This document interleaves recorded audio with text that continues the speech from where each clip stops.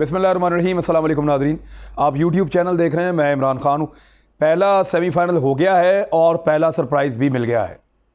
जहाँ इंग्लैंड को सबसे बड़ी और सबसे तगड़ी टीम कहा जा रहा था, लेकिन टूर्नामेंट जैसे जैसे गुजरा एक दो चीज़ें हमने नोट की कि वो उनके प्लेयर थकना शुरू हो गए थे खेलते हुए।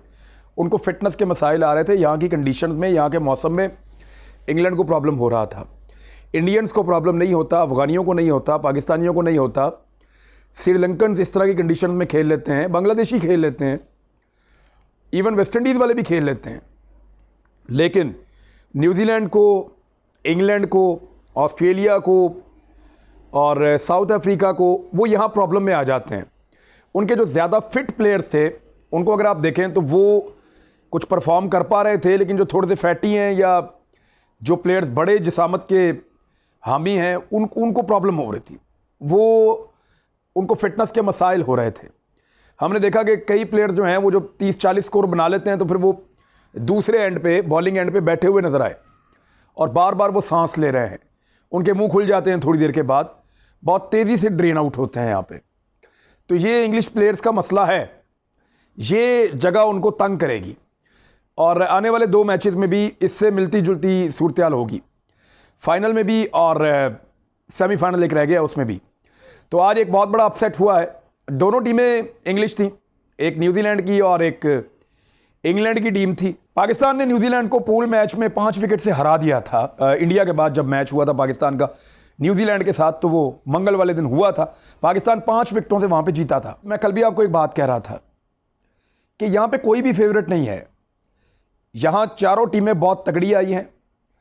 टॉस का बड़ा इंपॉर्टेंट रोल है। जो भी टॉस जीतेगा वो पहले बॉलिंग करेगा, बाद में बैटिंग करेगा। कोई टीम नहीं चाहती कि वो गीले बॉल के साथ बॉलिंग करे, और गीला बॉल स्विंग नहीं होता। लेकिन इस बात को आज एक बॉलर ने, कम से कम लिविंगस्टोन ने जिस तरह की बॉलिंग की है, और उसका बॉल इतना स्विंग कर रहा था, इतना, यानी 1 फुट स्विंग होता तो मैंने खुद देखा है, 3-4 दफ़ा देखा है। जिस तरह उसने अपना आखिरी ओवर किया है, तकरीबन मेडन ओवर था, 1-2 स्कोर उसको पड़े और उसने खिलाड़ी भी आउट करके दिया, बल्कि मुश्किल में भी डाला हुआ था उसने न्यूजीलैंड को। तो वो एक फैसला कुन मोड़ पे ले आया था इस मैच को। लेकिन उसके बाद फिर जिस तरह चार्ज किया न्यूजीलैंड के बल्लेबाजों ने, 2 चीज़ें याद रखिएगा पाकिस्तान के साथ भी होंगी। एक, अगर आप टॉस हार जाते हैं तो फिर आपको पहले खेलना पड़ेगा।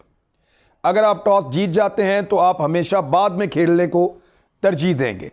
गीले बॉल के साथ बैटिंग तो अच्छी हो जाती है, लेकिन वेट बॉल के साथ आप बॉलिंग अच्छी नहीं कर सकते।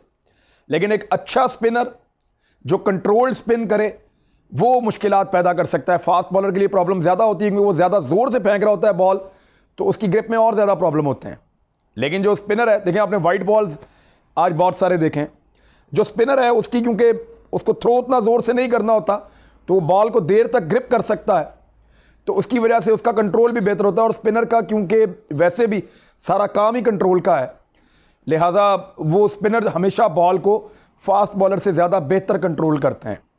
तो यहाँ पाकिस्तान को एक एक्स्ट्रा स्पिनर भी ऐड करना चाहिए मेरे ख्याल में, क्योंकि एक प्रॉब्लम आई है पाकिस्तान को, 2 प्लेयर्स को फ्लू हो गया है, एक मोहम्मद रिजवान को और दूसरा शुएब मलिक को। ये दोनों पाकिस्तान के लिए बड़ा अहम रोल प्ले कर चुके हैं। दोनों players man of the match रह चुके हैं। एक मैच में आखिरी में Shoaib Malik man of the match थे, और एक मैच में Mohammad Rizwan man of the match थे। बाबर आजम 4 50 के बावजूद मैन ऑफ द मैच नहीं हो सके। और पाकिस्तान के लिए अच्छी बात यह है कि पाकिस्तान के 5 मैचेस में 5 अलग अलग मैन ऑफ द मैच थे। यानी एक में शाहीन शाह अफरीदी, एक में हारिस रऊफ़, एक में रिजवान, एक में आसिफ अली, और एक में आपके man of the match Shoaib Malik. तो 5 मरतबा अलग अलग प्लेयर्स को मिला। बड़ी अच्छी बात है कि पूरी टीम एफर्ट है। लेकिन अब ये 2 प्लेयर अगर आपके बीच में से निकल जाते हैं, देन व्हाट? पाकिस्तान के पास क्या ऑप्शन है? फिर पाकिस्तान को कैसे खेलना चाहिए? अगर तो मोहम्मद रिजवान और शुएब मलिक नहीं खेलते, तो फिर ओपनर जाना चाहिए हर हाल में फ़खर ज़मान को, बाबर आजम के साथ। बाबर आजम और फ़खर ज़मान ओपनिंग करें, और मेरे ख्याल में पाकिस्तान को यह रिस्क लेना चाहिए कि बजाय इसके कि वो शुएब मलिक की जगह पे लेकर आए हैदर अली को, मेरे ख्याल में शुएब मलिक की जगह पे उनको लाना चाहिए मोहम्मद नवाज़ को और एक स्पिनर को ऐड करना चाहिए। खुदा ना खास्ता पाकिस्तान की दूसरी बॉलिंग भी आ सकती है, बुरी से बुरी सूरत हाल यही होगी ना, पाकिस्तान की दूसरी बॉलिंग आ जाए तो वहाँ पे आपके पास एक इजाफी स्पिनर होना चाहिए जो बॉल को अच्छे तरीके से टैकल करे। और देखें बैटिंग हमारी अभी तक कोलैप्स नहीं हुई अल्हम्दुलिल्लाह, और मोहम्मद नवाज बैटिंग भी बहुत अच्छी करता है, छिक्के बहुत मारता है। वो आपको शुएब मलिक जैसी बैटिंग नहीं करके देगा तो उसके करीब तरीन करके देगा, एक अच्छी बैटिंग वो करेगा। अगर मैं ये कहूँ कि मोहम्मद नवाज़ की बैटिंग हसन अली से भी बेहतर है, अम्बाद वसीम से भी बेहतर है और शादाब खान से भी बेहतर है, तो ये बात गलत नहीं होगी। वो एक बेहतर बैट्समैन के तौर पे आ सकता है और फिर आप सरफराज को इन कर सकते हैं, वो एक स्पेशलिस्ट बैट्समैन के तौर पे अंदर आ सकता है। मोहम्मद रिजवान की जगह पे फिर आप ओपनर ले जाएंगे फ़खर जमान को, वन डाउन आपका जो है वो फिर मोहम्मद हफीज़, ये तब्दील हो जाएगा काम। मोहम्मद हफीज़ के बाद फिर आप उसी पैटर्न पे चलेंगे जो आपका पुराना पैटर्न है। बीच में एक प्लेयर जो है वो सरफराज अहमद इन हो जाएंगे रिजवान की जगह पे, क्योंकि विकेट कीपर के तौर पे आएंगे तो वो बीच में इन हो जाएंगे। अव्वल तो मेरी ख्वाहिश है कि ये दोनों प्लेयर वापस खेलें, पाकिस्तान उसी कम्बिनेशन के साथ जाए जिस कम्बिनेशन के साथ पाकिस्तान पहले खेल रहा था।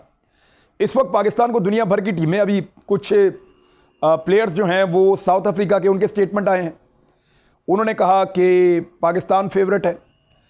अब इवन न्यूजीलैंड के एक्सपर्ट्स कह रहे हैं, इंग्लैंड के एक्सपर्ट्स कह रहे हैं, सबका ये कहना है कि पाकिस्तान उनकी नज़र में फेवरेट टीम है क्योंकि इन कंडीशन में पाकिस्तान अच्छा खेलता है। ऑस्ट्रेलिया को भी ऐसा थोड़ा सा फिटनेस का प्रॉब्लम नज़र आ रहा था। जब वो लास्ट मैचेस खेल रहे थे तो हम देख रहे थे कि उनको थकावट के आसार, थोड़ा ड्रेन आउट हो रहे थे, जल्दी उनको वो पसीना पसीना जल्दी उनको चढ़ जाता है वहाँ पे, और वो उतना खुल के परफॉर्म नहीं कर पा रहे थे। ऑस्ट्रेलियंस भी थके हुए नज़र आ रहे थे। तो पाकिस्तान इसका फ़ायदा उठा सकता है और पाकिस्तान को इसका फ़ायदा उठाना भी चाहिए क्योंकि ये मौका बार बार नहीं मिलेगा पाकिस्तान को। तो ये दो मैचेस हैं, पाकिस्तान को हर हाल में जीतने हैं। नई स्ट्रेटजी के मुताबिक अगर तो ये दो प्लेयर आ जाएं तो फिर उसी टीम के साथ जाएं जिस टीम के साथ आप खेल रहे हैं, विनिंग कॉम्बिनेशन को चलाएं। लेकिन अगर आपको कॉम्बिनेशन बदलना पड़ जाए तो फिर आपको इसी तरह बदलना पड़ेगा कि आप रिस्क लें और एक स्पिनर को बीच में लेकर आएँ, क्योंकि अभी जो इतला आ रही है वो ये है कि हैदर अली को और सरफराज को लाएंगे, लेकिन मेरे ख्याल में सरफराज को और नवाज को लेकर आए, एक स्पिनर को ऐड कर लें। और एक चीज़ आपने और नोट की, न्यूजीलैंड के दो खिलाड़ी जल्दी आउट हो गए थे, उसके बाद उन्होंने स्लो खेलना शुरू किया। उन्होंने लगभग 60 के करीब स्कोर किया हुआ था, इससे भी कम 10 ओवर में, 12 ओवर्स में भी कुछ नहीं था। उनको 12 की एवरेज से स्कोर चाहिए था, एक वक्त में इससे भी ज़्यादा की एवरेज से, 15 की एवरेज से। लेकिन अगर आपके पास विकेटें हैं तो T20 में आप स्कोर बना लेते हैं। खिलाड़ियों को आउट करना पड़ता है। इंग्लैंड जहां पे बीट करने के चक्कर में पड़ा कि हम ओवर बीट कर रहे हैं, थोड़ा सा और बीट करेंगे, इनका रन रेट ऊपर जाएगा, ये डेस्परेट होंगे, हार जाएंगे, ऐसा नहीं होगा। T20 में आपको टीम को आउट करना पड़ेगा, जल्दी खिलाड़ियों को आउट करना पड़ेगा, वरना ये गले पड़ जाएगी मुसीबत। 5 से 6 खिलाड़ी आउट करने के बाद टेल एंडर्स को ला के आपकी जान छूटती है, वरना स्कोर ज्यादा हो जाएगा। मैंने कल भी आपसे कहा था कि यहां पे इन कंडीशंस में अगर कोई पहली बारी ले तो हर हाल में 180 को क्रॉस करे। अगर 180 को क्रॉस करेगा तो ये एक जबरदस्त टोटल होगा जो दूसरी बॉलिंग करते वक्त वो उसको रोक सकता है। डिफेंडिंग है, जबरदस्त है, उससे आप जीत सकते हैं। लेकिन अगर आप कहीं 160 पे, 150 पे या इसके कम पे आप रुक गए तो फिर आपका मैच जीतना बहुत मुश्किल हो जाएगा।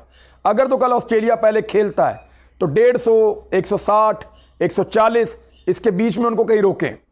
लेकिन अगर ऑस्ट्रेलिया बाद में खेलता है और पाकिस्तान पहले खेलता है तो कम से कम 180 रन का टारगेट देना चाहिए और विकेटें हासिल करें, आउट करने की कोशिश करें। फिंच, वार्नर, मैक्सवेल, इनको तो जैसे दाव लगे आउट करें, शॉर्ट बॉल्स दें, इनसे मार खाएं, ये 2, 4, 5 चौके छिक्के लगा भी दें, कोई बात नहीं है, इनको आउट करें, इनको जल्दी आउट करें। अगर इनमें कोई एक भी लंबी इनिंग खेलता है ना तो फिर ये हर बॉल पे छक्का मारने की इनकी काबिलियत है। तो इन तीनों को काबू करना बहुत ज़रूरी है। अब इसमें हमारी ख्वाहिश ये थी कि इंग्लैंड के साथ पाकिस्तान का फाइनल होता, अगर पाकिस्तान फाइनल में आता है तो, लेकिन सबसे फेवरेट टीम चली गई है पाकिस्तान के लिए। वेकअप कॉल है, किसी भी टीम को हल्का मत लें और अपने आप को अकले कुल मत समझे।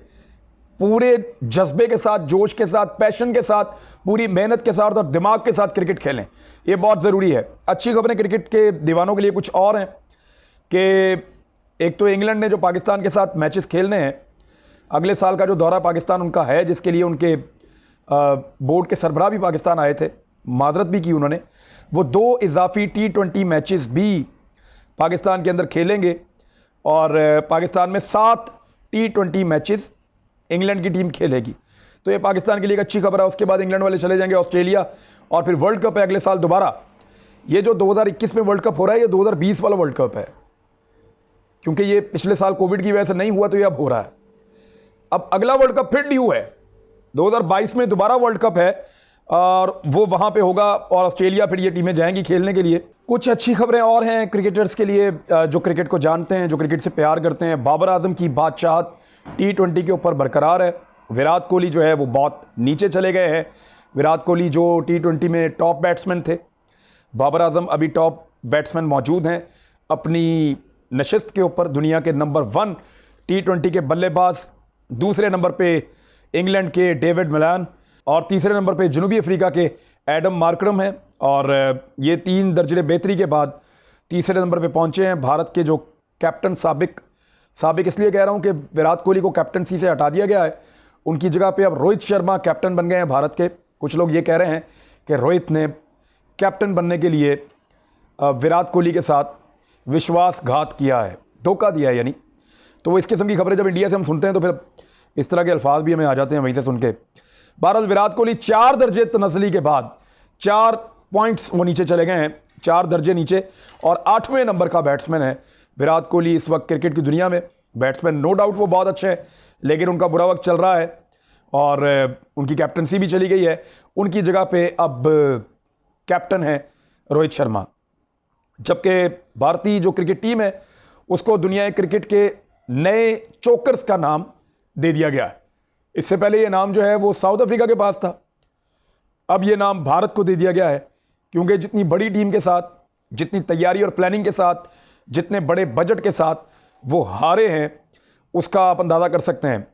दूसरी जानिब T20 वर्ल्ड कप में भारतीय टीम का सेमीफाइनल से पहले ही अखराज शदीद माली नुकसान का सबब बन चुका है और अगर ऐसी सूरत हाल दोबारा होती है तो फिर जो माशी सरगर्मियाँ हैं बुरी तरह मुतासर पहले भी हुई थी, आइंदा भी हो सकती हैं, और ये सरमाया जो है ये आधा रह जाता है भारतीय टीम के बाहर निकलने से।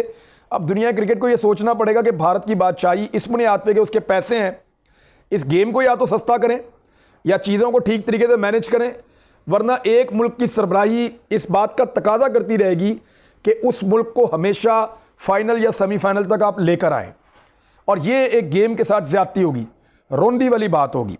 यानी आपने गौर किया कि दुनिया के चंद मुल्क हैं वहीं की मिस वर्ल्ड बनती हैं ख़वातीन। आपको पता है क्यों बनती हैं?